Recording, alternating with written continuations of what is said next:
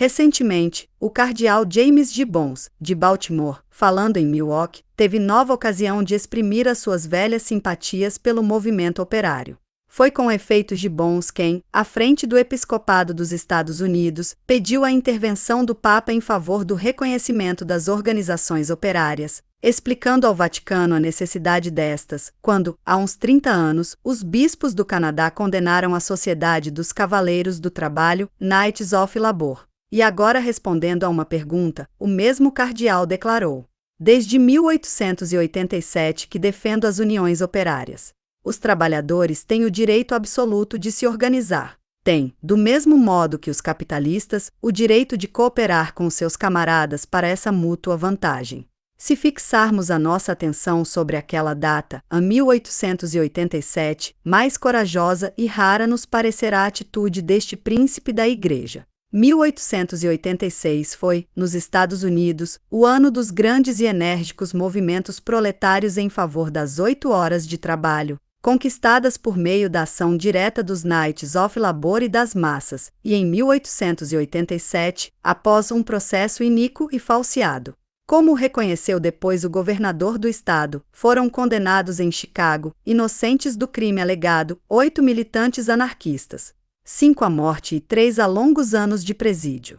Mas a voz do cardeal Gibbons não faz lei nem regra no seio da Igreja Católica, sobretudo no pontificado de Pio X, a Igreja cuida primeiramente, como é natural, dos seus interesses e privilégios próprios e ainda em seguida dos privilégios e interesses dos mais fortes, dos senhores da hora, dos donos e gerentes da riqueza social, dos seus irmãos e aliados em poderio, em troca de igual ajuda e garantia, indispensáveis à sua existência como organismo privilegiado e parasitário.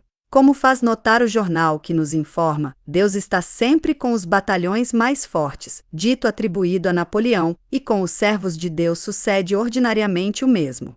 Demais, o próprio Gibbons não faz mais do que desejar para sua igreja, por mera habilidade política, um comportamento de aparente e útil condescendência para com o movimento operário, semelhante à que é usada por muitos industriais e políticos modernistas, com o fim de regular e captar esse movimento, de o desviar do seu fim revolucionário. O astuto cardeal norte-americano não quer o sindicalismo revolucionário nem o socialismo, agrada-lhe um simples e inofensivo corporatismo, que não aspire a sair do quadro da sociedade capitalista e aceite com submissão o regime do salariato. Há certos aspectos do socialismo recomendáveis, diz ele, há outros repreensíveis. Se fossem eliminados os aspectos repreensíveis e encorajados os aspectos recomendáveis, o socialismo seria uma boa coisa. E que considerais como o aspecto mais condenável do socialismo? Perguntaram-lhe. A propriedade comum dos bens, pois destruiria todo e qualquer estímulo ao esforço. Ora, a propriedade comum, social, dos bens é precisamente a essência, o princípio fundamental e característico do socialismo. Sem isso, não haveria socialismo, como não haveria monarquia sem rei, nem república sem sufrágio, nem a Igreja Católica sem o Papa e sem os dogmas do céu e do inferno.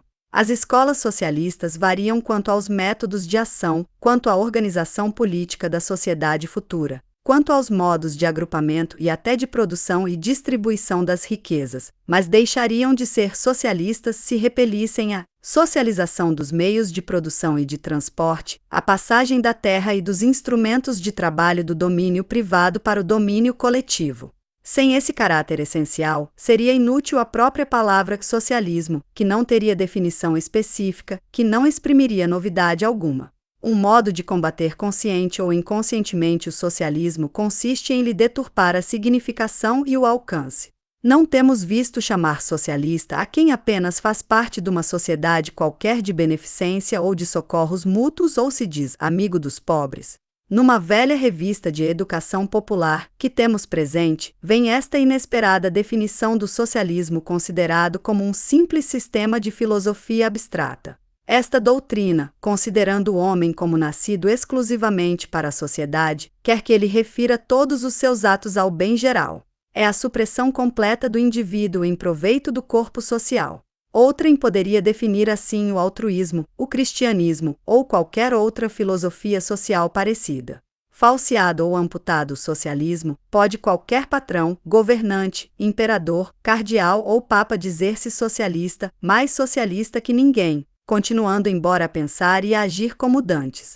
Quanto ao famoso estímulo ao esforço que o cardeal Gibbons receia ver suprimido com a abolição da propriedade privada, como hão de sorrir disso os capitalistas, os acionistas ociosos, os ricos herdeiros, que o monopólio da riqueza dispensa do trabalho desde o berço, e do outro lado a imensa maioria dos homens, daqueles que de intermináveis gerações de trabalhadores escravizados e expoliados só herdaram um lugar sem esperança no inferno do salariato. Os velhos doutores e padres da Igreja disseram o contrário de Gibbons, para eles era santa a comunidade de bens e roubo maldito a riqueza monopolizada. Quantos anátemas então contra a propriedade individual!